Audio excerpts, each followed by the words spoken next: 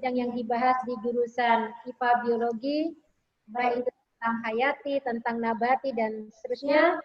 Nah, ini menjadi sangat menarik. Dan mudah-mudahan nanti ini bisa dieksplorasi lebih luas lagi, tidak hanya dalam konsep atau dibahas dikaji di dalam webinar, tetapi yang terpenting adalah bagaimana kita menghargai budaya dan kekayaan lokal kita untuk mampu kita hadirkan tidak hanya di tingkat lokal sesuai dengan program dari pemerintah daerah, tapi nasional dan juga internasional. Dan ini sangat tepat kajian yang dibahas saat ini, karena ini sejalan juga dengan di mana NTB atau Nusa Tenggara Barat menjadi salah satu distingsi pariwisata nasional dan tentu akan banyak bersentuhan dengan para pendatang, turis-turis dari luar negeri, dan tentu ini menjadi investasi yang luar biasa besar, tidak hanya untuk daerah, tetapi kami sangat berharap juga untuk jurusan IPA yang ada di Fakultas Tarbiyah dan Keguruan Mataram yang sekarang sedang mulai mengembangkan diri, berkembang dengan hadirnya para dosen-dosen muda, kemudian juga senior yang siap membantu berkolaborasi dalam banyak hal. Jadi sekali lagi terima kasih kepada semua pihak atas terselenggaranya kegiatan webinar ini. Dan untuk barangkali kegiatan ini, mari kita buka bersama dengan sama-sama melafazkan al-basmalah. Bismillahirrahmanirrahim. Terima kasih. Wassalamualaikum warahmatullahi wabarakatuh. Waalaikumsalam warahmatullahi wabarakatuh. Terima kasih kami sampaikan kepada Ibu Dekan Fakultas Tarbiyah dan Keguruan Universitas Islam Negeri Mataram yang telah memberikan sambutan dan sekaligus membuka acara kita pada siang hari ini. Baik, dengan berakhirnya sambutan dari Dekan Fakultas Tarbiyah dan Keguruan, maka acara opening ceremony ini kita tutup dengan sama-sama melafazkan hamdalah. Alhamdulillahirabbil alamin. Alhamdulillahirabbil alamin. Untuk selanjutnya kita akan sama-sama mendengarkan pemaparan materi dari narasumber kita, Bapak Bayu Priyambodo PhD. Baik, terima kasih Pak Ihsan. Sebelumnya mohon ada yang belum di mute itu ya. Oh iya, tolong pada semua peserta atau di mute secara sentral bisa.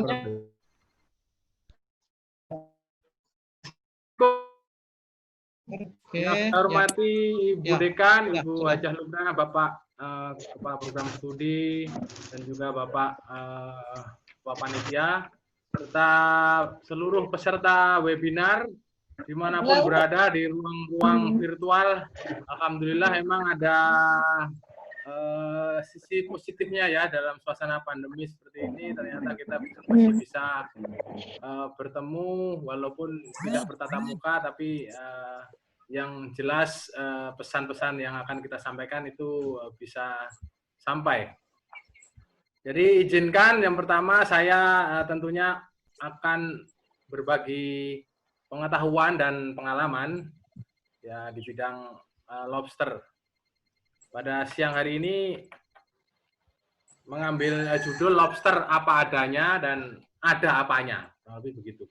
Jadi kalau bicara lobster itu memang harus harus santai tapi tetap serius, karena lobster ini beberapa tahun belakangan menjadi isu sentral yang seakan-akan tidak berujung, karena narasi yang dibangun di masa lalu adalah ada 4 hal lobster itu punah sehingga segala upaya harus dilakukan untuk mencegah kepunahannya. Kemudian lobster muda itu harus diberi kesempatan hidup seluas-luasnya di alam, sehingga budidaya pun dilarang. Nah, itu kaitannya dengan permen yang lampau, Permen 1 2015 dan Permen Peraturan Menteri KKP nomor 56 tahun 2016. Dan diksi yang dibangun ketiga adalah nilai tambah daripada benih lobster itu berlipat-lipat kalau dibiarkan di alam.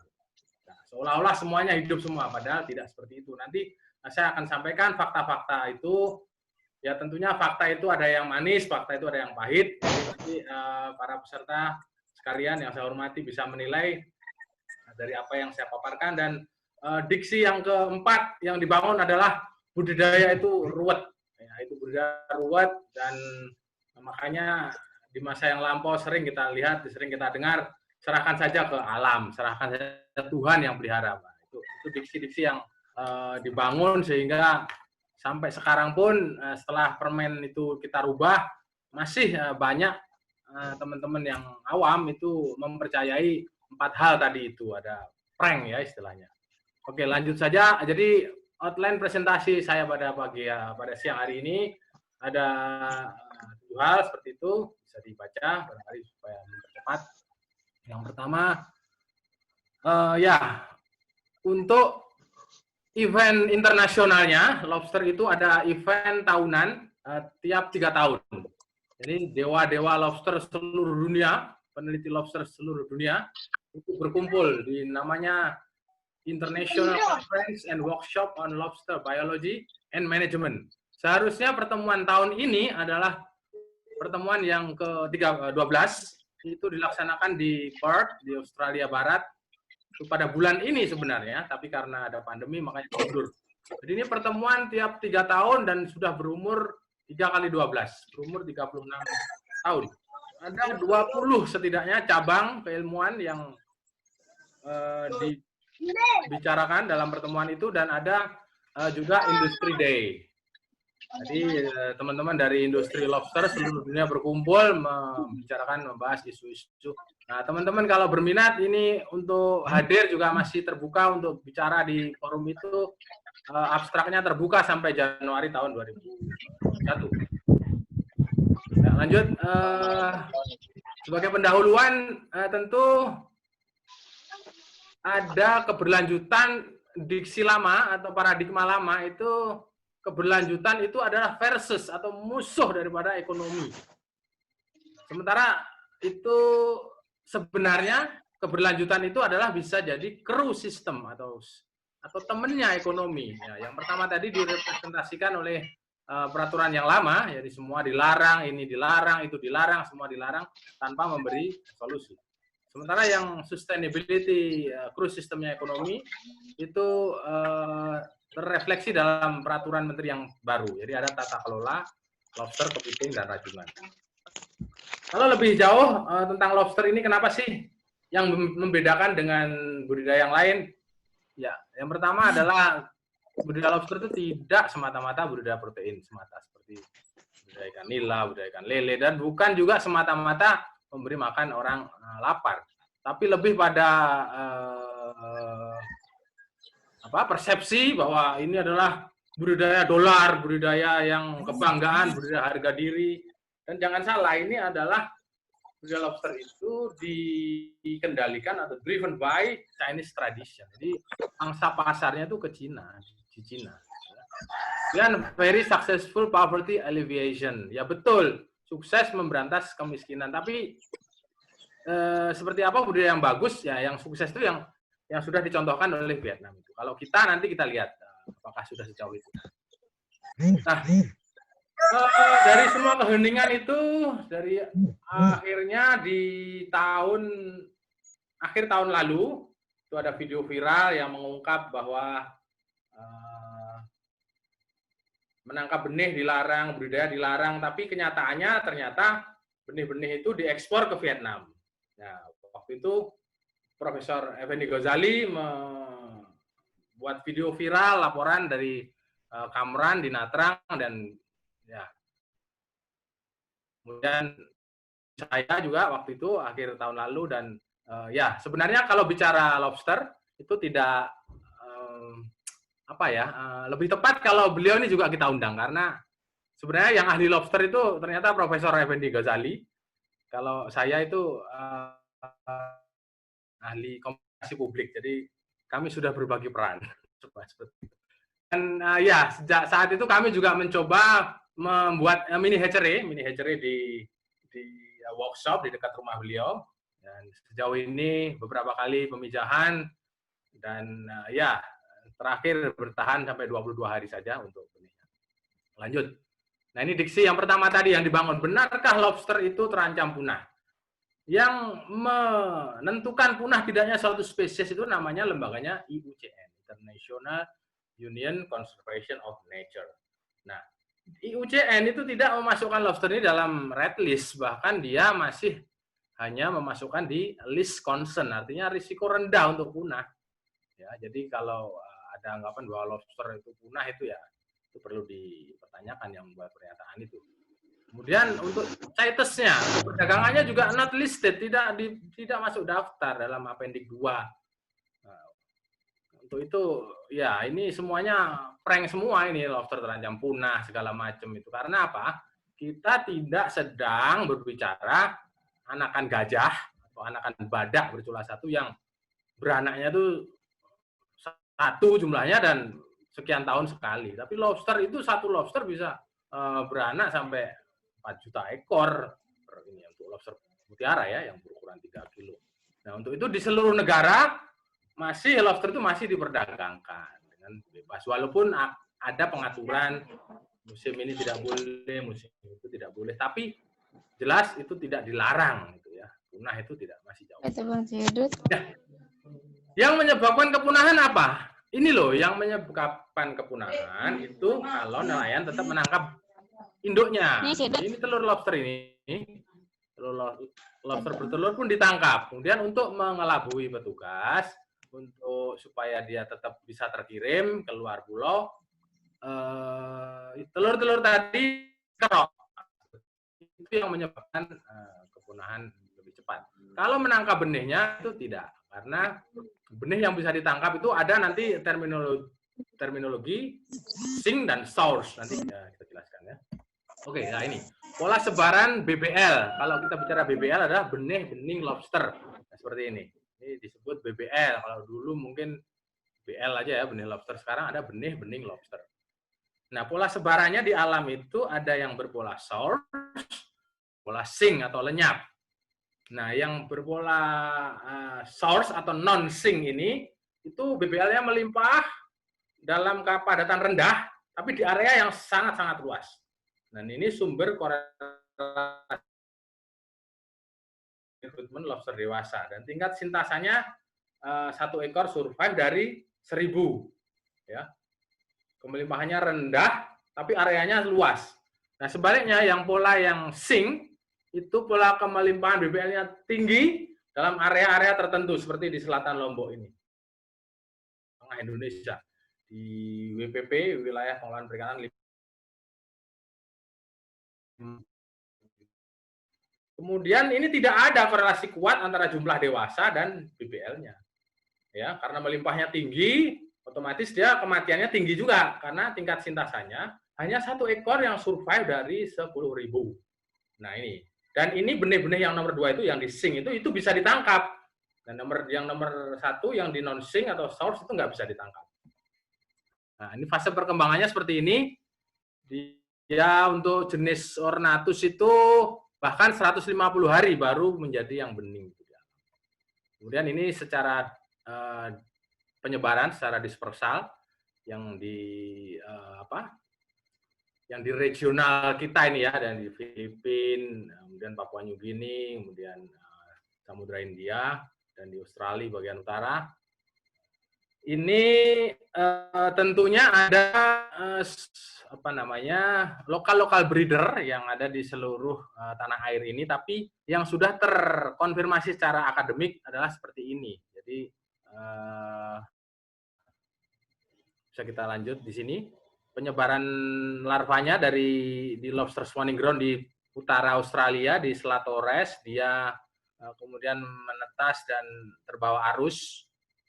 Jadi sing di sini, sing population lenyap di situ, artinya mendarat di situ dalam jumlah banyak. Jadi sing population itu terjadi karena 2 hal. 1, karena pola arus lokal dan juga pengaruh lokal geografi atau geografi setempat. Sehingga benih-benih itu seperti terhempas gitu ya. Kalau Bapak Ibu melihat film Nemo itu kan ada di Eastern Australian Current itu yang kayak apa namanya itu turtle anaknya itu anak penyu itu yang masuk ke arus itulah menghantarkan dia benih-benih ini ke bagian timur. Nah, untuk yang di kiri kanan garis merah itu tentunya ada yang berpola source tadi. Nah, kemudian selanjutnya juga ada spawning ground di sini, ngesing di Vietnam bagian utara. Makanya terus kemudian ada yang muter ke sini, ada yang langsung, dan ngesing di selatan kita. Dan juga ada sumber lain dari Samudra India. Nah, seperti itu. Jadi sing population ini kalau nggak dimanfaatkan, dia juga akan mati. Nah, contohnya ini. Nah, di satu sudut pulau kita itu kurang lebih area 15 kilo meter persegi itu setahun bisa 3-4 juta ekor. Nah, coba nanti ditanyakan kalau ada Bapak Ibu yang kebetulan berasal dari daerah sana, coba tanyakan. Jumlah benih yang sekian juta itu apakah berbanding lurus dengan populasi dewasanya?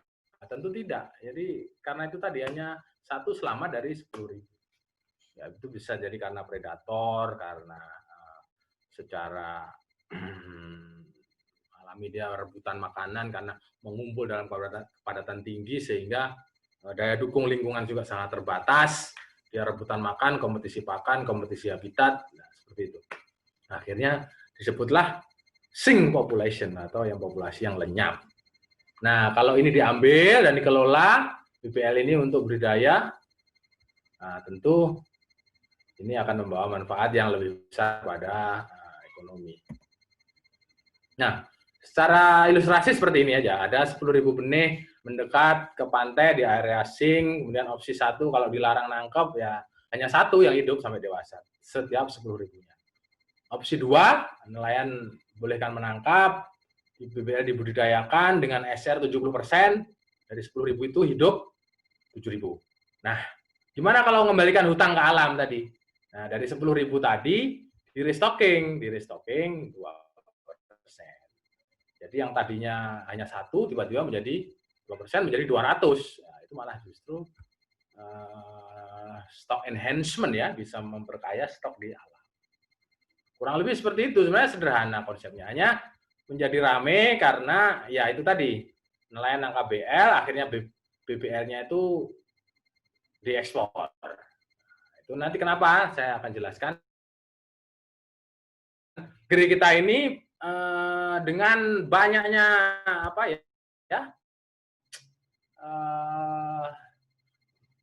aturan yang kurang pas barangkali di masa lalu sehingga budidaya dari BBL itu masih survival rate-nya masih rendah, masih ya berkisar di bawah 50%, 30-50%.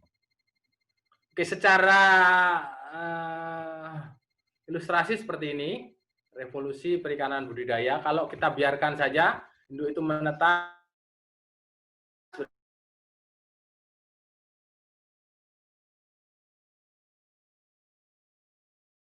satu sampai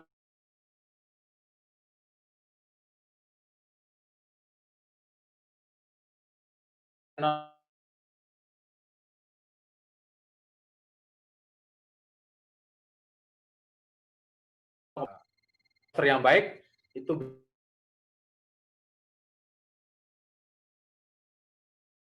2015 dilarang itu ada industri penangkapan benih, kemudian dengan teknik yang sederhana kita survei di beberapa lokasi ya untuk ibu-ibu yang terlibat juga dia membuat peralatan seperti ini bisa dijual juga alatnya dan sampai akhirnya karena ada dinamika regulasi dan dinamika politik itu dilarang ya bahkan waktu itu ada seremoni pembakaran alat-alat tangkap benih lobster itu otomatis budidaya juga dilarang dan masuklah pada era gelap di mana-mana lobster diselundupkan walaupun dilarang di atas kertas tapi tetap dikirim ke Vietnam dan itu tadi Profesor Effendi Ghazali mengungkap itu.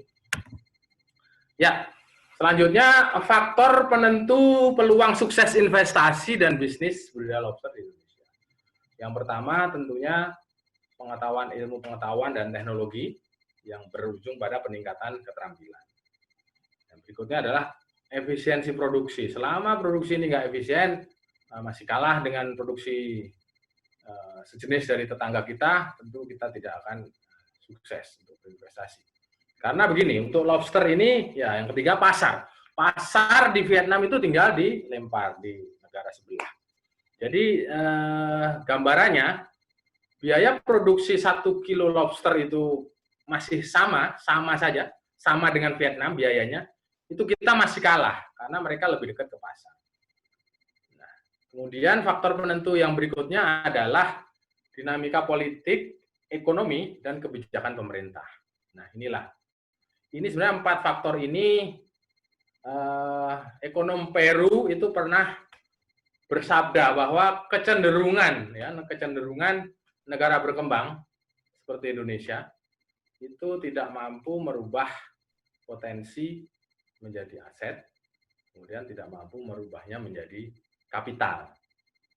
Nah, di sini saya ingin mengatakan bahwa contohnya nenek saya di kampung itu punya tanah yang luas, tapi tanahnya nggak bersertifikat, jadi nggak bisa jadi aset potensi itu. Nah, karena nggak bisa sertifikat, maka nggak bisa dipakai untuk minjem uang ke bank untuk usaha yang lebih besar. Contoh yang lebih konkret lagi di rumput laut, katakanlah. Indonesia penghasil rumput laut terbesar, tapi Indonesia juga mengimpor karaginan, bahan aktif rumput laut itu, pengimpor terbesar juga. Atau kita punya kebun coklat, tapi yang menikmati kapitalnya di Swiss, di negara-negara yang punya pabrik coklat yang hebat itu. Di lobster juga begitu. Kita punya benih, tapi ya karena itu tadi, 4 hal itu, makanya masih tertinggal. Tapi jangan khawatir, ada peluang dan tantangan ya. Saat ini sudah direvisi peraturan itu, sehingga daerah transisi kita coba kembali membangun industri yang dan tapi tantangannya adalah kinerja usaha pembesarannya rendah, terutama masalah suplai pakan rucah, non rucah maupun pakan buatan. Nah, ini juga teman-teman di lapangan tuh lebih memilih menangkap BCL ya, BBL maksudnya. Jadi karena apa? Karena memang ya itu tadi, kalau di budidaya itu SR-nya rendah, survival rate-nya rendah.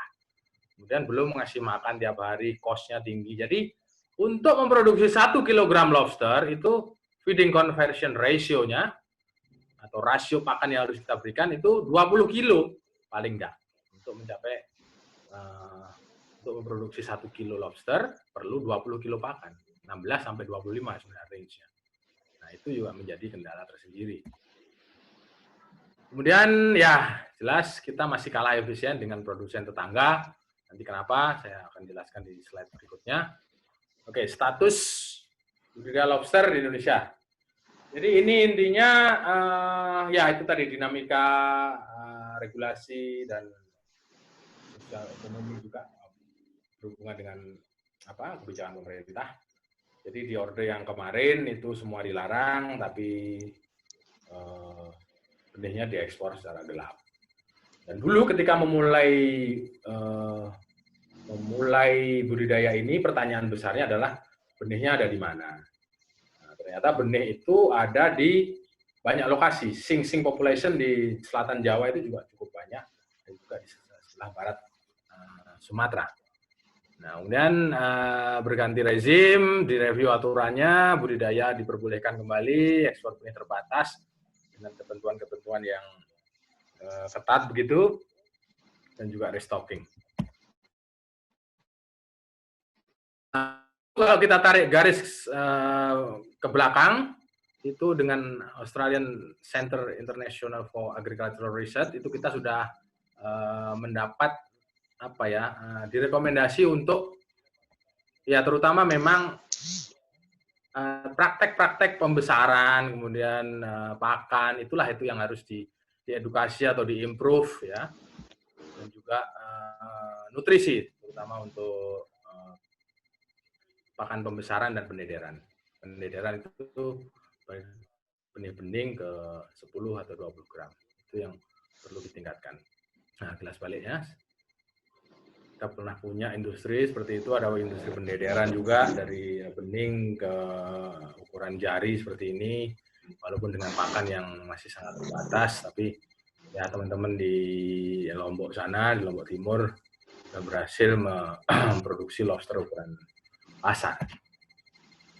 Nah,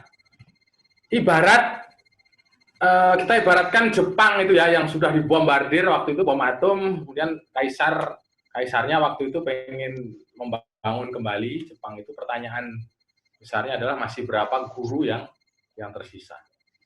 Nah, di lobster juga setelah dilarang sekian tahun, kita identifikasi kembali berapa sih pembudidaya kita yang masih ada itu. Ya, ini ada ternyata data Agustus September 2020. Ini tidak hanya di Lombok ya, ini di seluruh Indonesia.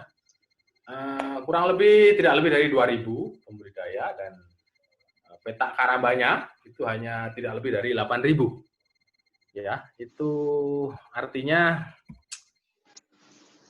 ya cukup sedikit nanti kalau kita bandingkan dengan Vietnam. Vietnam itu jumlah karamba bisa 150.000 petak.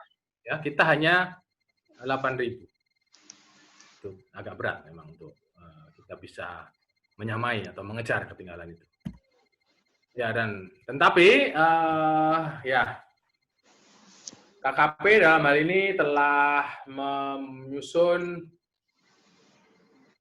roadmap budidaya lobster dengan menetapkan target-target produksi seperti itu, bisa dibaca, walaupun ini nampaknya juga sangat ambisius target-target ini, tapi ya katanya orang kalau ya ambisius lebih bagus daripada tidak, gitu, karena dengan adanya angka-angka seperti ini kita bisa melakukan aksi-aksi untuk mencapai angka itu sehingga bisa terpenuhi.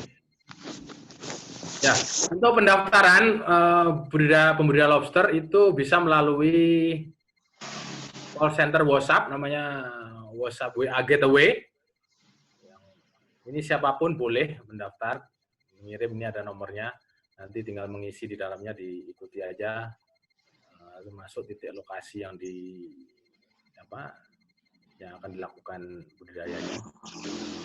Kemudian ya ini sekedar data saja, data terakhir ya, perusahaan eksportir yang sudah memiliki surat penetapan pembudidaya ada 61, tapi yang telah melakukan budidaya itu ada 37. Jadi kalau belum memiliki SK telah budidaya, mereka tidak boleh ekspor benih-benihnya. Nah, ini peta sebaran di seluruh Indonesia. Ini Lombok tetap yang, NTB tetap yang terbanyak, itu pun tidak sampai 1.000 ya ternyata ya, yang terdaftar ya, hanya sekitar 841. Ya. Oke, kalau kita bandingkan dengan negara tetangga, jadi mereka itu negara sosialis ya, jadi relatif tidak, gejolak politik itu nggak terlalu banyak. Jadi ya dari dulu dia sebenarnya ini mulai tahun 96 ya, dia mulai membangun industri budidayanya. Jadi kalau kita lihat ini jumlah karamba itu meningkat, terus meningkat sampai 2019 ini bisa sampai, saya nggak kelihatan, bisa ya 150.000 petak ya, coba bayangkan, 1.000 petak. Kemudian produktivitas per jaring itu awal-awal dulu bisa sampai 45 kg lobster, tapi akhir-akhir hanya kurang lebih 15 kg. Jadi memang ada perbedaan di jaring yang digunakan. Baik itu kalau di Vietnam dia jaringnya lebih dalam, bisa sampai kedalaman 8 meter. Sementara di kita hanya kurang lebih ya 3 meter ya. Itu produktivitas kilogram per jaring. Kemudian produksi tahunannya, bisa Anda lihat di situ, dia produksi realnya seperti ini. Jadi konstan ya, di atas 1.000 ton, 1.000 metrik ton per tahun. Ya, dengan produktivitas yang per jaring yang lumayan yang lumayan tinggi tadi ini ya, produktivitas per jaringnya bisa Ya rata-rata 15 kilo yang terakhir-akhir, tapi sebelumnya bisa sampai 25 kilo. Nah, sementara aqua produksinya bisa sampai di atas 1000. Artinya kalau saya komparasi dengan jumlah karamba kita tadi dan jumlah pembudidaya kita tadi itu dari setiap petak itu kalau hanya 790 petak, 7.900 petak atau 8.000 petak ya kita miliki tadi di seluruh negeri ini. Itu kalau mau memproduksi 1.377 ton tadi itu perlu setidaknya satu petak itu 172 kilo. Dan itu kayaknya kok mustahil ya. Kemudian juga kalau jumlah pembudidayanya hanya kurang dari 2.000 untuk mengejar target 1.377 ton, itu rasa-rasanya satu orang harus memproduksi 750 kilogram lobster, dan itu saya sangat yakin itu tidak mungkin tercapai. Baik, selanjutnya fakta di lapangan. Dari aspek ekonomi memang teman-teman kita di Lombok sana dia tidak menghitung kos pakan dan kos tenaga kerja itu. Tapi demikian ketika kita masukkan dalam analisa ekonomi, itu PCR-nya masih lumayan tinggi, jadi 1,7 sampai 1,2, tapi ada yang 0,9. Artinya tiap Rp1 yang kita investasikan, itu ya ada yang kembali 0,9, ada yang kembali 1,2 sampai 1,7. Dan analisa sensitivitasnya, dia faktor-faktor yang mempengaruhi bahwa PCR itu bisa di atas 2 kalau harvest price-nya atau harga panennya tinggi, tapi juga itu rentan ketika ada penyakit, begitu bisa di bawah 1. Oke, yang berikutnya adalah aspek pasar. Tentunya ya dominasi pasar Cina itu tidak bisa terelakkan, bahwa di sana ada budaya makan longxia, namanya udang naga, dan naga itu lambang kemakmuran dan lambang keberuntungan. Bikin dulu, saya minum dulu. Kemudian ya, karena situasi pandemi ini pasar juga belum stabil, dan juga ada fluktuasi suplai dari lobster dari perkenan tangkap. Kita harus mengakui bahwa promosi produk ini masih lemah. Nah, namun demikian ada peluang pasar lokal. Ya, di domestik di Bali itu 8.000 turis setiap hari datang. Dan juga mungkin di Lombok bisa kita kombinasikan dengan ekoturism begitu mungkin ya. Nah, coba kita melihat panen atau pasar di Vietnam ini sebelum Covid. Jadi mereka yang mutiara, Ornatus itu mutiara, Homarus itu pasir, dia di atas 500 gram per ekor itu untuk pasar ekspor. Kemudian Homarusnya 200 gram per ekor up itu untuk pasar domestik ya, di pariwisata di Provinsi Can Hoa di Nha Trang itu tempat lokasi budidaya lobster itu memang ada 5.000 turis Cina datang tiap hari.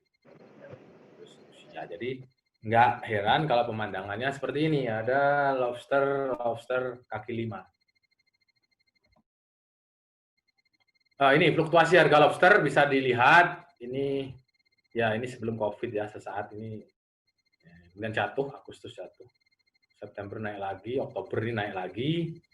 Nah, hanya ukuran kecil dulu nggak ada, ukuran 1 sampai 2, sekarang nggak boleh. Sekarang minimal itu untuk pasir 155 ya, 155 gram. Nah, kalau dulu mulai dari 60 gram sebelum 2015 itu sudah ditangkap. Dan ukuran yang lebih kecil itu lebih mahal. Lebih mahal. Nah, ini. Yang ukuran 1-2, ini lebih mahal ini harga terakhir. Kalau dulu lebih mahal 50.000 yang ukuran yang 1-2 dibanding ukuran yang besar. Kurang lebih seperti itu. Ini dapil yang pernah kita tempat untuk pembina eksportirnya. Oke, fluktuasi harga. Jadi mengapa? Jadi yang mempengaruhi adalah adanya liburan-liburan, kemudian juga festival-festival.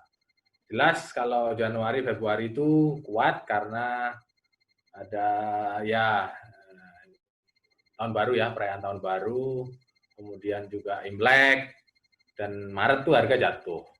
Tapi April, Mei meningkat lagi karena ada festival-festival, ada Hari Ibu, dan seterusnya.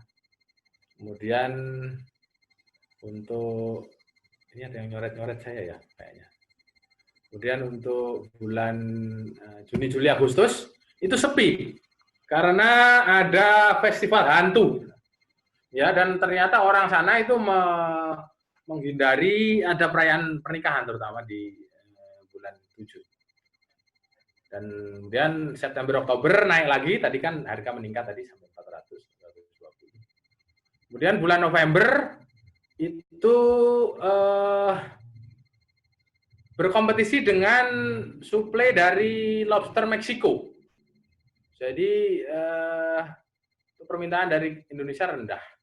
Karena ada suplai lobster Meksiko, ya Panurus argus itu mulai meningkat di sana yang membanjiri pasar Cina. Nah, Desember meningkat lagi. Saya rasa itu dulu, kemudian ini mitos harga BBL. Dulu juga ini mitosnya 150.000 per ekor di Vietnam, tapi faktanya kan enggak seperti itu. Faktanya hanya rata-rata 5%, $5 sampai yang pasir $1,5. Bahkan itu di bulan-bulan ini kalau normal itu sudah hanya 0,3, 0,5 ya, $0,5 itu per ekor di Vietnam. Nah, tadi kemarin sudah saya usulkan untuk bulan-bulan ketika harga itu rendah di Vietnam sana, itu ekspor ditutup, bisa digunakan untuk membesarkan industri budidaya di dalam negeri. Ya, karena yang benih yang seperti ini juga nggak dikehendaki oleh pasar. Pasar hanya mau yang bening. Oke, aspek sosial ini yang di Lombok, ini data-data di Lombok. Oke, lanjut saja. Aspek teknis, padat karya. Oke. Ya, intinya masih struggling kita ya dengan input dan output yang nggak sebanding itu. Karena kalau tidak seperti yang budidaya itu benar-benar menguntungkan begitu. Bahwa dia memberi manfaat ekonomi ya, tapi ketika survival rate-nya masih sangat rendah, nah itu tentu ada sebenarnya peluang ekonomi yang hilang. Ya ini kenyataan di teman-teman kita di lapangan, dia menggunakan pakan itu sangat terbatas. Bahkan ada yang dikasih ikan asin, karena suplainya nggak konsisten ya. Kadang-kadang musim tertentu itu melimpah, musim berikutnya nggak ada, jadi diawetkan dengan garam. Apa ini salah? Ya nggak juga, karena mereka ya namanya masyarakat ya, untuk mereka bertahan hidup. Jadi bisa dibayangkan kalau lobsternya makan ikan asin seperti ini, ya bisa dibayangkan lah. Manusia aja mungkin kalau kebanyakan makan ikan asin juga telinganya kedok gitu ya, budek. Kalau lobster saya juga kurang tahu itu. Dan dikasih makan keong sawah juga, ini secara nutrisi sangat-sangat kurang gitu. Nah, lobster itu harus proteinnya tinggi ya, di atas 50. Ada juga yang waktu surut itu nyari-nyari ya hewan-hewan yang bisa diambil, kasih ikan buntal ini. Nah, dulu ketika belum terlalu banyak itu pakai karang-karangan, tapi sekarang udah nggak ada, kayaknya udah punah, udah habis. Ya, jadi nggak heran ketika lobster itu jaringnya nggak pernah diganti, karena kalau diganti, karena makanannya ya ala kadarnya tadi ya, jadinya ya lemes. Kalau diganti nanti dia justru stres malah mati. Jadi seperti ini kondisi yang ada. Tapi mudah-mudahan sekarang mungkin yang maaf saya tutup, yang bersangkutan mungkin sudah advance ya, sudah mendapat ilmu baru, mungkin ya ini sudah praktek-praktek seperti ini, mudah-mudahan sudah ditinggalkan. Ya. Bahkan itu ikan asin ini ketika waktu itu saya tanya itu sudah kurang lebih udah 2 atau 3 bulan gitu. Udah, jadi ya ini keprihatinan kita. Mungkin teman-teman mahasiswa di sini bisa menemukan teknik daripada penyimpanan apa yang ramah lingkungan atau yang efisien, barangkali bisa di-share. Nah, kalau di Vietnam itu pakan lobster itu beragam. Pastinya ada 3 jenis pakan, 3 komponen. Yang pertama adalah moluska, kemudian ada krustase, dan tetap ada ikan. Ya. Karena kenapa harus pakai ikan? Karena durasi pemeliharaan itu kan panjang. Kalau dikasih moluska dan krustase terus, keuntungannya tidak besar. Ya, ini FCR-nya 20, sama FCR tetap 20. Bahkan karena terlalu banyaknya di sana di Vietnam itu dampaknya muncul faktor penyebab penyakit. Dan beberapa pembudidaya sudah menambahkan suplemen. Nah, performa lobster budidaya, ya ini harus saya sampaikan bahwa ya ini di Vietnam dia sanggup ya pelihara sampai 1 kilo per ekor gitu dengan performance yang mirip dengan dari alam, tapi untuk ya di kita ya ini kalau pelihara sampai 1 kilo rasa-rasanya tidak semua sanggup gitu. Dan rata-rata ini ya rata-rata yang produknya seperti ini. Jadi bukan merupakan produk yang sempurna begitu. Ya tergantung dari skill keterampilan masing-masing pembudidaya kita. Ada yang rajin juga bagus, ininya nggak pucat seperti ini, nggak besar kepalanya, durinya banyak, gitu kan. Tapi ya rata-rata memang perlu sentuhan peningkatan kualitas. Nah kita bandingkan ini adalah konstruksi KJA di Vietnam, dia pakai penutup, dia pakai jaring yang ditenggelamkan, kemudian di Lombok ya kita kurang lebih sama juga ya 3x3. Tapi di Vietnam dia sudah menjadi rumah kedua, dia ada rumah yang semi permanen dengan ada televisi, alat-alat hiburannya gitu. Bandingkan dengan kita mungkin ya jaga malam saja. Nah ini penampakan yang lokasi budidaya di Lombok Timur. Kalau kita lebih lihat lebih dekat lagi seperti ini, jadi yang kurang lebih 7.000 petak karamba tadi ya, seperti ini ada ngumpul di daerah ini. Dan ini juga sebenarnya belum merupakan lokasi yang ideal karena dangkal ya, kalau surut rendah itu dangkal, dan tahun 2011-2014 kemarin sudah ada penyakit milkidisis menyerang di sini. Oke, lanjut KJA pendederan dan tekniknya. Kalau di Vietnam menggunakan jaring bulat seperti ini dengan pakan udang rebon. Ya kalau ini sudah nggak ada, ini dulu ini ya. Dulu sebelum dilarang itu masih ada orang yang mendederkan dengan teknik yang sederhana. Ya, pakannya juga sangat sederhana. Tapi sekarang kita di balai sudah mencoba menggunakan teknik-teknik yang diperbaiki begitu, dan juga pakannya pakai pakan buatan. Ya lanjut. Jadi ini pakan dan pemberian pakan segar. Tadi sudah saya sampaikan bahwa komponen jenis pakan untuk lobster itu harus dari 3 komponen, yaitu ikan rucah, moluska, krustase. Nah, ukuran lobster lebih kecil, dia ukuran makan krustasenya lebih banyak dibandingkan dengan ukuran yang di atasnya, itu ikan rucahnya yang lebih banyak. Ini frekuensinya, persentasenya. Oke lanjut, pengembangan pakan buatan dan pelet. Statusnya ya karena terhenti ya, sejak 2015 sampai sekarang yang awal 2020 baru kita perbolehkan, ada peraturan baru lagi. Jadi pakan itu terhenti, penelitian pakan terhenti di tahun 2014. Jadi kalau komposisinya sebenarnya sudah ditemukan, kemudian membuatnya juga mudah. Kalau mau membuat 500 gram seperti ini komposisinya, membuat 1 kilo seperti ini komposisinya. Kemudian bentuknya yang paling ideal juga bentuk noodle, dan bisa dilakukan oleh nelayannya langsung. membuatnya mudah, tapi membiasakan dia dari pakan basah ke pakan kering itu perlu waktu itu ya. Tidak langsung bisa 100% ke pakan pelet begitu. Dan dari hasil analisa statistiknya juga itu ternyata tidak berbeda nyata. Ini gambar-gambar pembuatan pelet ya Karamba yang terakhir 2013 on the site training ini ya, sangat sederhana. Nah ini analisa statistiknya ternyata memang kalau kita bandingkan pakan pelet dan pakan rucah, ikan rucah chopped fish ini kan yang dicincang itu tidak berbeda nyata. Ini sama ini, tidak berbeda nyata. Pun juga pertumbuhannya tidak berbeda nyata antara pelet dan pakan buatan. Nah, itulah. Tetapi dia berbeda nyata pertumbuhannya ketika dicampur. Pakan pelet dan pakan buatannya dicampur. Jadi berbeda nyata hasil laju pertumbuhannya.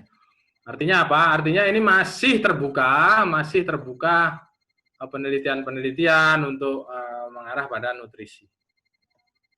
Nah, ini sedikit contoh waktu ya gambarnya waktu bisa kita lakukan penelitian itu. Ya. Oke, ya di sini termasuk juga water stability ya, itu juga jadi kendala. Ini keruh ini. Ukuran juga pelet lobster ukuran berapa, sebaiknya makan pelet ukuran berapa. Itu perlu dieksplor lebih jauh. Oke, sudah mendekati akhir. Penyakit pada lobster budidaya ada setidaknya 5 penyakit. Kemudian semuanya ini terkait dengan isu kesehatan yang berhubungan erat dengan nutrisi dan praktek pemeliharaan. Nanti kalau lebih jauh bisa kontak saya tentang penyakit-penyakit ini. Dan untuk milky disease yang paling utama itu bisa diatasi dengan OTC, oxytetracycline, ya diinjeksi. Dosisnya dosis rendah. Tapi kalau sudah di atas 50% seperti ini, itu tidak bisa diobati ya. Obatnya hanya satu, kayak minyak goreng digoreng. Ya, nggak bisa lagi. Oke, dulu sebelum dilarang ya kita sempat menyebarkan bahan informasi untuk teman-teman pembudidaya, untuk mahasiswa, untuk semua yang berminat di bidang lobster. Kemudian lobster manual juga 2018 sempat saya susun, tapi waktu itu belum, ya kan masih dilarang ya, jadi masih ini belum tercetak. Oke, terakhir bahan bacaan, silakan nanti yang berminat bisa akses ini asyar.gov.au. Ketik aja kata kuncinya Spiny Lobster Aquaculture gitu. Ini bisa di-download gratis di situ, public domain. Kemudian ya bahan bacaan yang lain kalau berminat ini juga bisa nanti saya hubungi saya yang ini yang lobster book ini tahun 2019 akhir. Oke, terakhir penutup. Jadi ya paling enggak pemerintah harus bersama-sama bergandeng tangan untuk menghidupkan sektor real, terutama di bidang pendedaran. Kemudian pembesaran yang menguntungkan ini dengan bekerjasama dengan universitas-universitas, dengan badan riset, kemudian juga bekerjasama dengan pabrikan pakan pelet nasional, dan yang nggak kalah penting juga menggandeng investasi korporasi, terutama luar negeri itu untuk mau berbudidaya di Indonesia di bidang budidaya. Oke, kemudian ya pemerintah harus mendukung proyek research and development atau setidaknya copy and development juga sudah cukup. Yang nggak kalah penting master plan ini, master plan untuk pengembangan budidaya lobster itu harus melibatkan sinergi lintas sektor, dan selanjutnya ya termasuk melibatkan teman-teman penyuluh perikanan di daerah. Ya, saya rasa itu. Kemudian ya paling nggak mendorong penguatan kapasitas pembudidaya, termasuk mendorong kemampuan teknisnya ya. Dan yang nggak kalah penting ini karena lobster itu pasarnya internasional dan paling enggak yang membuka peluang pasar dari barangkali dengan promosi-promosi yang gencar. Saya rasa itu. Terima kasih atas perhatiannya. Mohon maaf kalau ada kekurangannya, terlalu panjang presentasi saya. Waktu saya kembalikan pada Pak Ihsan. Silakan.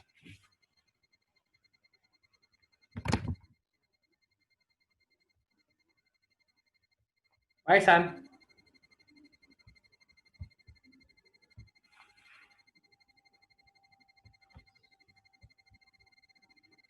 Pak Ihsan, silahkan Pak Ihsan.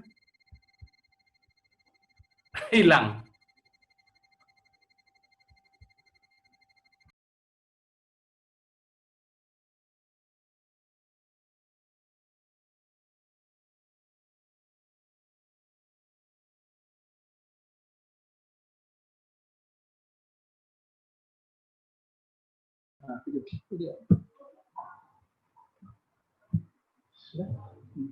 Baik, terima kasih atas penyampaian materi yang disampaikan oleh Bapak Bayu Priambodo PhD.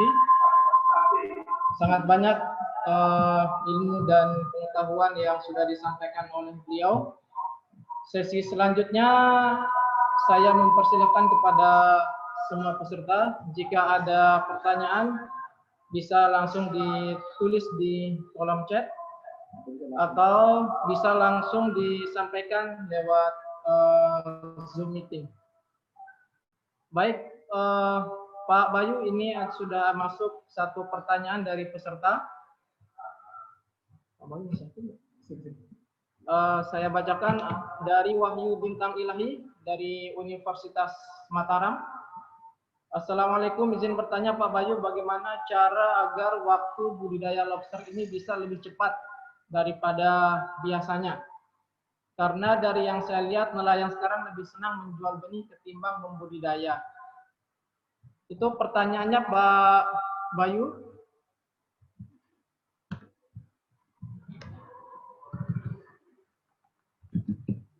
Aduh,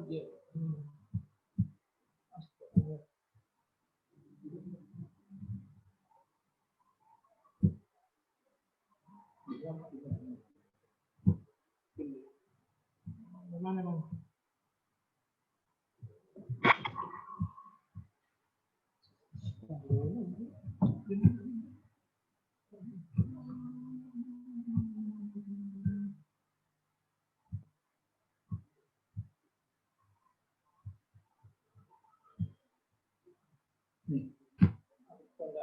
Bapak ini yang dulu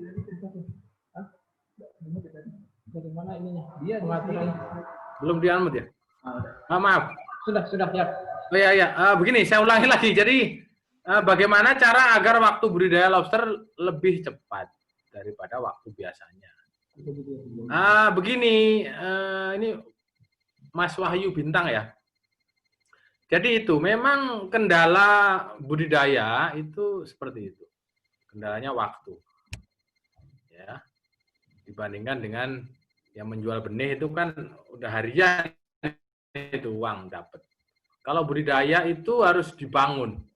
Budidaya itu harus memiliki mental budidaya. Nah, memang itu yang berat. Di samping harus ada modal yang kuat. Karena itu tadi, untuk memproduksi 1 kilo lobster itu perlu pakan 20 kilo. Nah, itu belum kena kematiannya juga. Kalau pelihara 10 tinggal 3. Belum lagi biaya yang lain-lain. Nah, kalau budidaya yang sudah standar di Vietnam, mereka itu SR-nya udah tinggi ya. Pelihara 1000 bisa 100. Kemudian mereka juga sudah lebih memiliki jiwa-jiwa budidaya itu. Dan yang nggak kalah penting pakan. Kalau kita masuk ke industri mereka, itu satu hal yang membedakan itu pakan. Pakan mereka lebih beragam, ya. Walaupun dia tidak mau menggunakan pakan buatan. Terus yang kedua adalah etos kerja, itu nggak bisa terbantahkan. Teman-teman lihat deh waktu pertandingan sepak bola itu orang Vietnam itu seperti apa dia. Seperti itulah gambarannya. Dia ngotot ya orangnya dan daerahnya juga nggak terlalu ini ya, alamnya mungkin nggak sekaya kita. Makanya kita ini juga kadang-kadang terlena ya karena alam kita itu sangat-sangat kaya ya. Kertas semen saja dimasukin ke laut, satu malam diangkat sudah ada benih lobsternya. Itu kan itu sudah merupakan satu anugerah yang luar biasa. Ya, jadi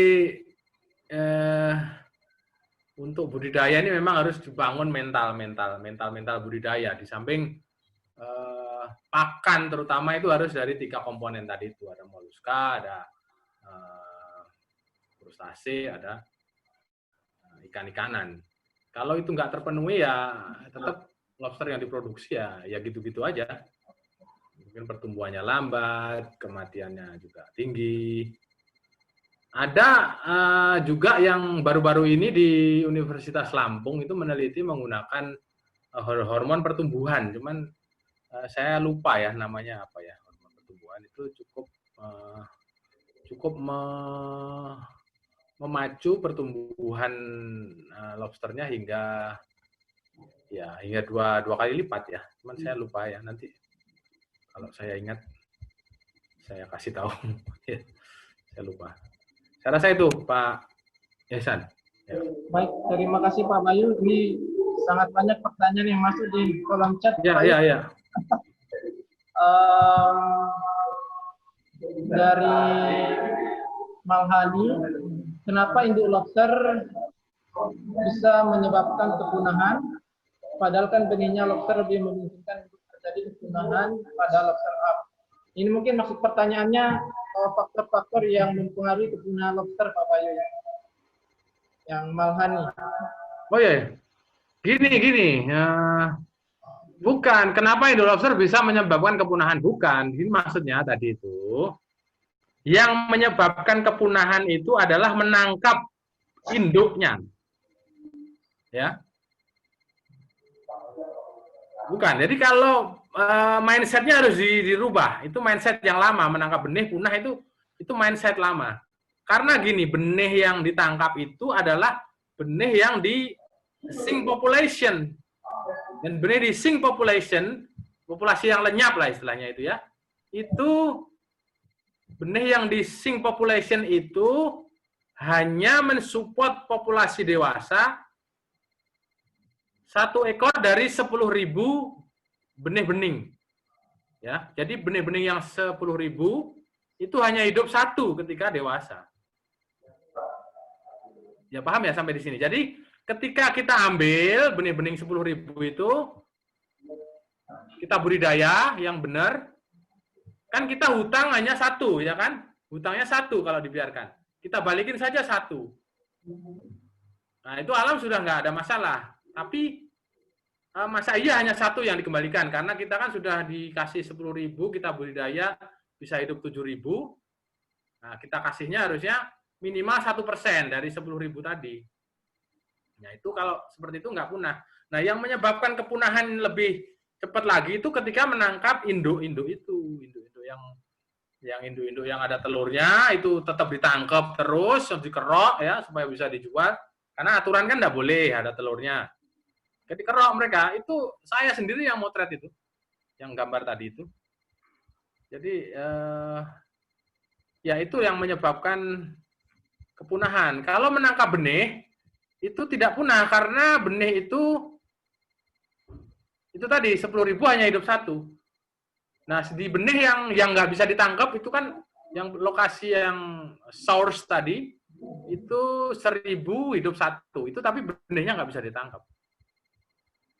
Gitu. Saya rasa mudah-mudahan jelas ya. Ya, insya Allah jelas Pak Bayu. Ya, insya Allah jelas ya. Ya ini dikerok ini. Nah, ini yang menyebabkan kepunahan. Induknya ditangkap yang bertelur, kemudian dikerok. Ini yang menyebabkan kepunahan. Mempercepat kepunahan. Oke, lanjut.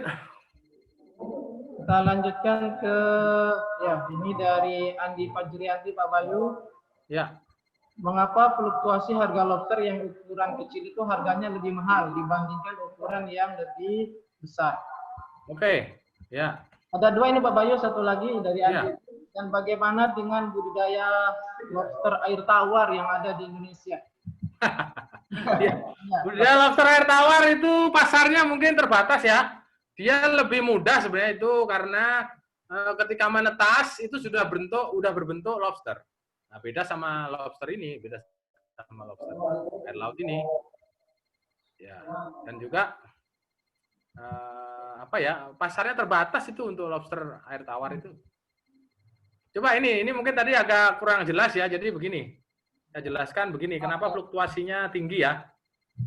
Jadi begini. Coba kita lihat yang figur yang 2019. Jadi awal tahun itu tinggi ya. Kemudian pertengahan juga udah mulai turun. Dan September udah drop. Nanti Oktober, November itu sudah rendah sekali harganya. Jadi ini begini, ini kaitannya dengan supply and demand, dengan supply dan permintaan. Dikorelasikan lagi dengan suplai alam, kemudian permintaan di Vietnam. Jadi kalau mereka Desember, Januari itu karambanya dipanen ya, karamba panen, kosong. Mereka perlu belanja benih. Sementara benih suplai alam tuh belum banyak. Januari, Februari, Maret tuh belum banyak. Ada tapi nggak banyak. Nah mulai banyak itu Mei itu puncak-puncaknya nanti Agustus. Nah, itu puncak-puncak suplai.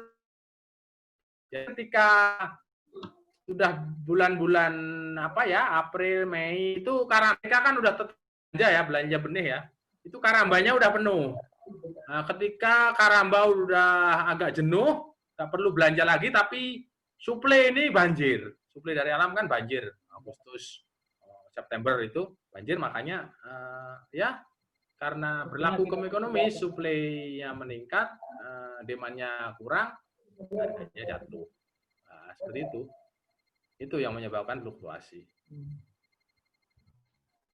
Jelas ya?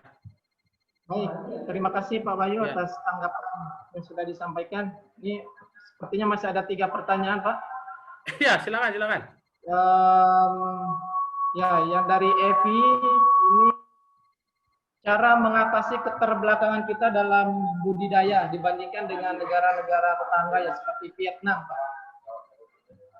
Gimana cara mengatasi keterbelakangan budidaya kita, Pak? Ya, itu memang tanggung jawab pemerintah ya. Jadi itu tadi yang udah rasa-rasanya memang sabda dari ekonom Peru tadi itu. Ekonom Peru tadi itu mengatakan ya kecenderungan negara berkembang seperti Indonesia. Tapi Vietnam pun juga negara berkembang.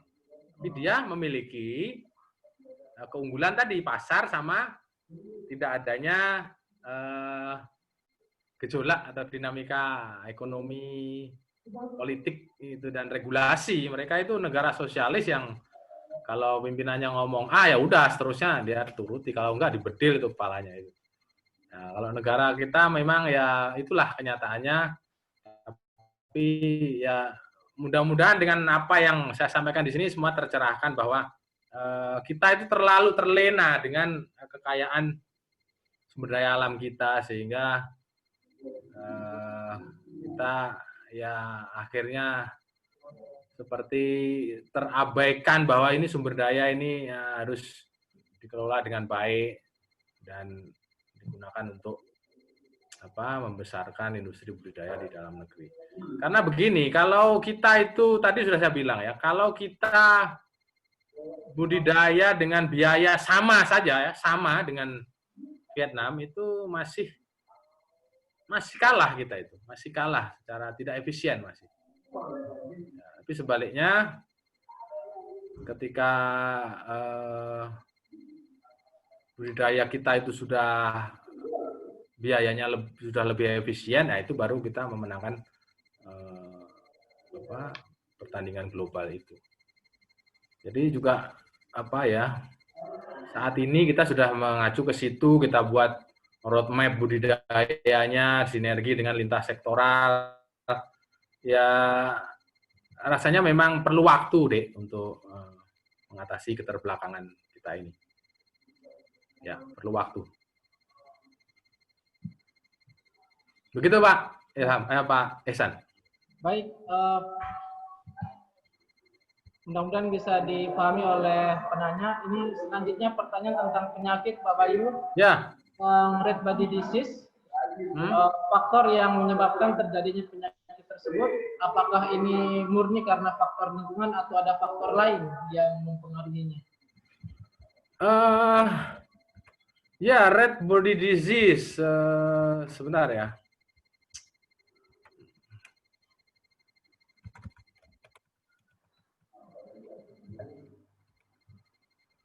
Red body disease itu sebentar, bentar saya share ini aja biar lebih jelas. Sebentar.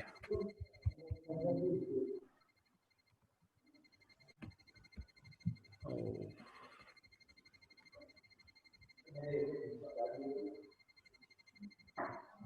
Ya, sebentar. Biar jelas sekalian ya. Ya, ini red body disease seperti ini. Jadi bukan karena lobsternya yang berwarna asli merah. Kita tidak punya lobster yang warnanya merah itu, kecuali lobster yang udah dikukus. Ya.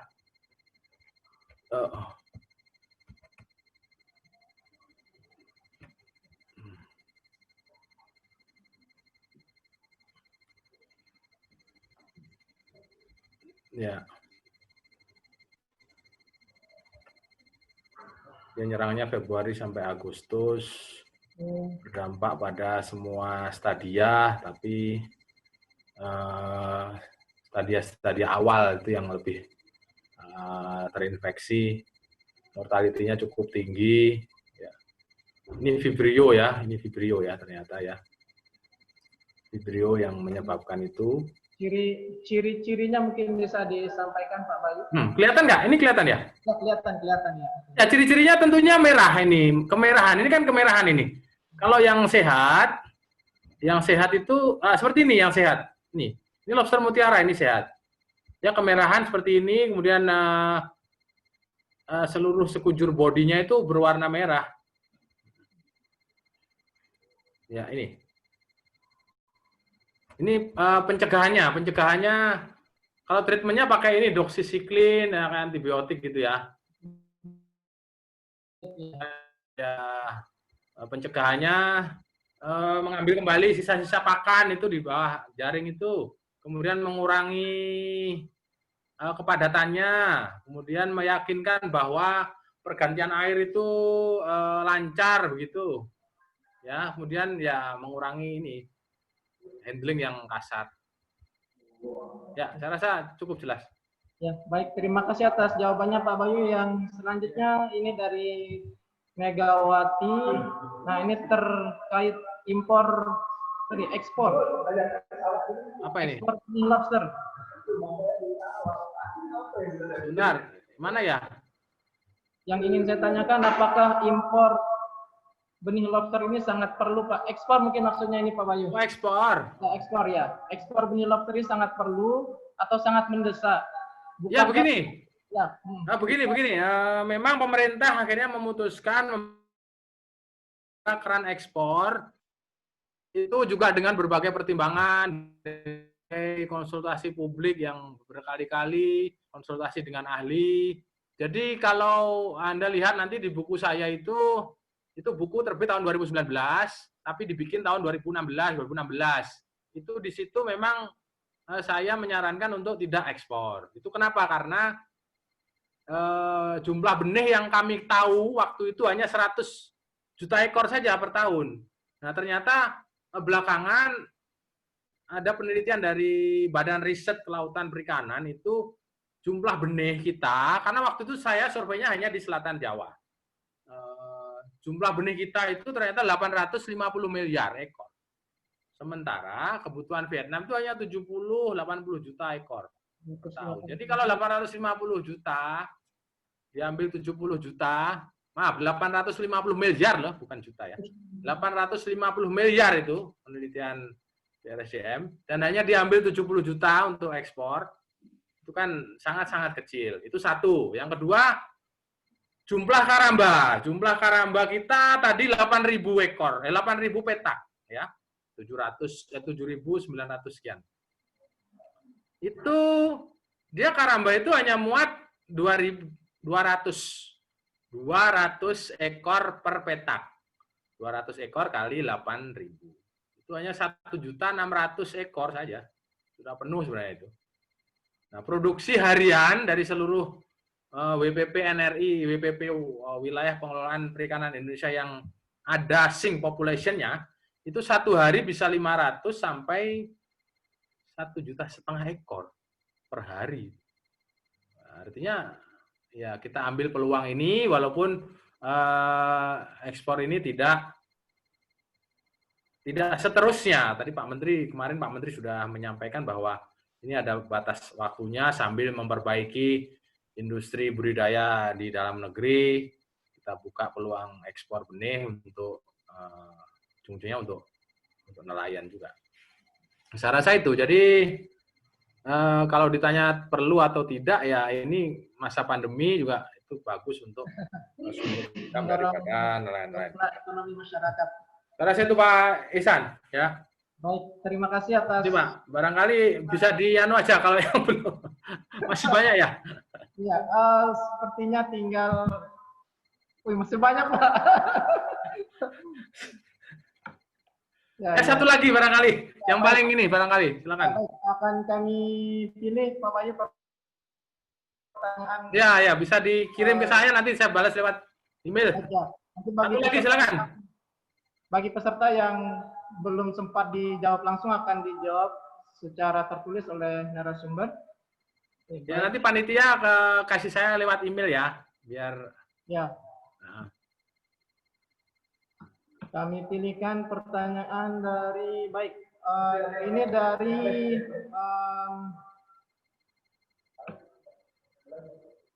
dari Rizky Regina Kawirian dari Institut Pertanian Bogor, Pak Bayu.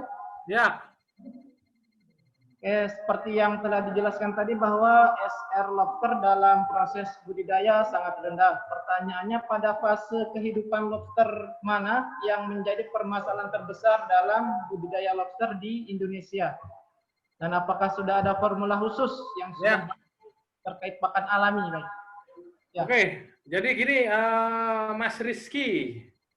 Baik, ya. Tentunya SR itu rendah, kenapa? Satu, ini kompleks sekali. Jadi skill atau keterampilan pembudidaya kita itu variatif, satu. Yang kedua, di masa lalu 5 tahun mereka nggak boleh melakukan itu. Tentunya skill yang dulu masih struggling pun, masih berjuang, itu saya tidak yakin apakah itu mereka bisa dengan cepat mengembalikan keterampilan yang dulu pernah mereka punya. Itu satu. Tiga ya, kemampuan daripada nelayan itu berbeda-beda dalam penyediaan pakan. Sayangnya pakan lobster, pakan pelet ini, penelitian juga nggak boleh, Mas. 5 tahun juga nggak boleh penelitian stuck. Harusnya penelitian 5 tahun lalu itu sudah menyelesaikan untuk urusan nutrisi. Tapi ya itulah, itu tadi yang 4 hal tadi di depan tadi itu. Ya, menyebabkan keberhasilan itu masih jauh, masih tertunda. Dan sekarang Asyar sudah mulai lagi, dia mau masuk lagi ke Indonesia, kita akan mulai lagi untuk penelitian nutrisi, terutama pakan buatan. Nah, di fase mana yang paling krusial? Tentunya fase dari benih-benih ke ukuran ya 20 sampai 30 gram. Itu yang yang perlu penanganan khusus. Ya, fase kritisnya di situ, ya. Kalau fase yang udah besar gitu, udah seukuran ibu jari itu ya insya Allah itu lebih stabil. Kemudian dia udah mau menerima pakan dari jenis yang lain, yang beragam, yang mungkin potongannya kurang kecil juga dia sudah mampu menerima itu. Yang kecil tadi memang ada pakannya khusus dari jenis krustase, sekitar 57% harus pakai rebon di samping dari kerang-kerangan. Kemudian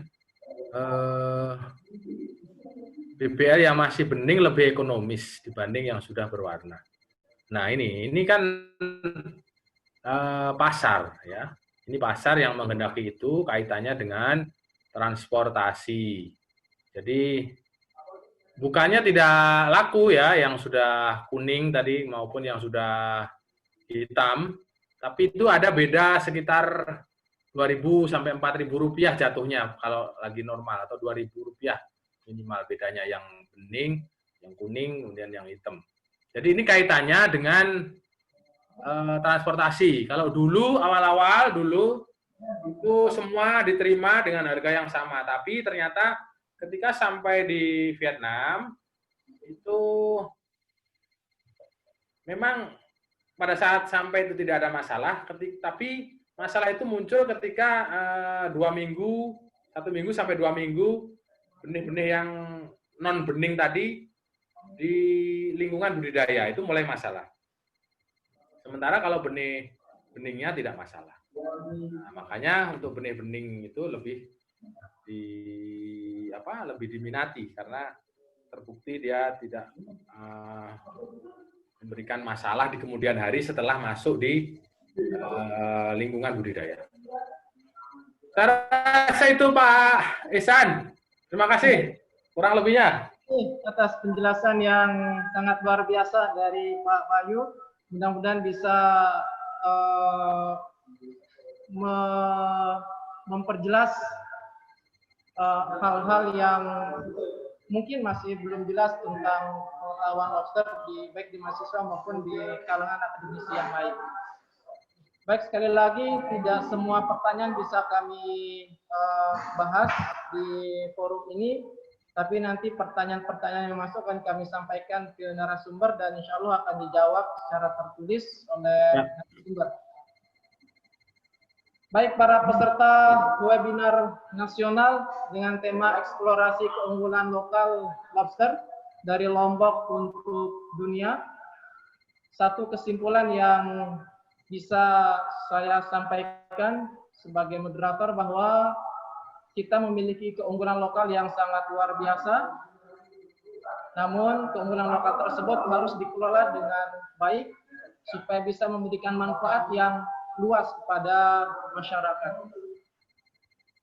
Baik, dengan selesainya diskusi tadi, maka webinar nasional kita pada siang ini kita tutup dan kita sama-sama akhiri dengan sama-sama melafazkan hamdalah. Alhamdulillahirabbil alamin.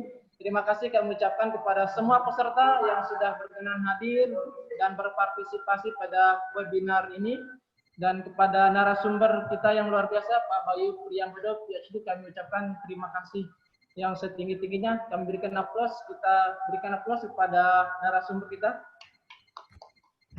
Terima kasih. Baik, terima kasih Pak Terima Bayu. kasih.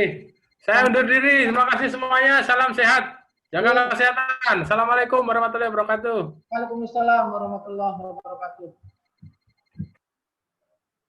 Baik, sampai jumpa di webinar selanjutnya dari Prodi IPA Biologi. Assalamualaikum warahmatullahi wabarakatuh.